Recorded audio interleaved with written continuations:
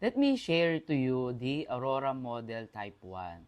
So in front, we have our concrete carport. Naka-tiles na rin yung walls natin and meron tayong wooden door. Tara, pasok po tayo. Upon entering, we have a 60 by 60 ceramic tile. So this is our for living area and that one is for our dining area.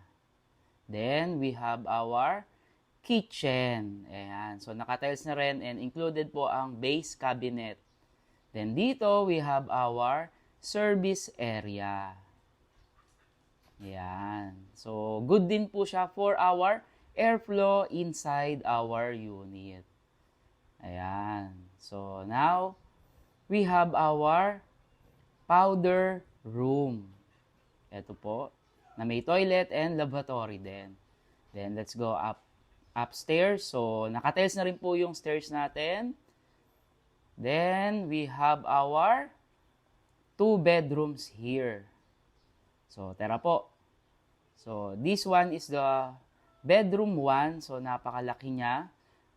Ayan. So according sa mga client natin, they are going to divide it into 2 para mas ma-maximize, or yung some part is for the office. Then we have our another toilet and bath. Ayan. So naka-tiles na rin, half lavatory and toilet. So this is our master bedroom. Ayan po. Then dito meron din tayong small balcony. Ayan. So pwede tayong mag-coffee. Ayan, and mag-relax. So if you're interested here, just message me. This is Jun Yambao, your property consultant here in Laguna.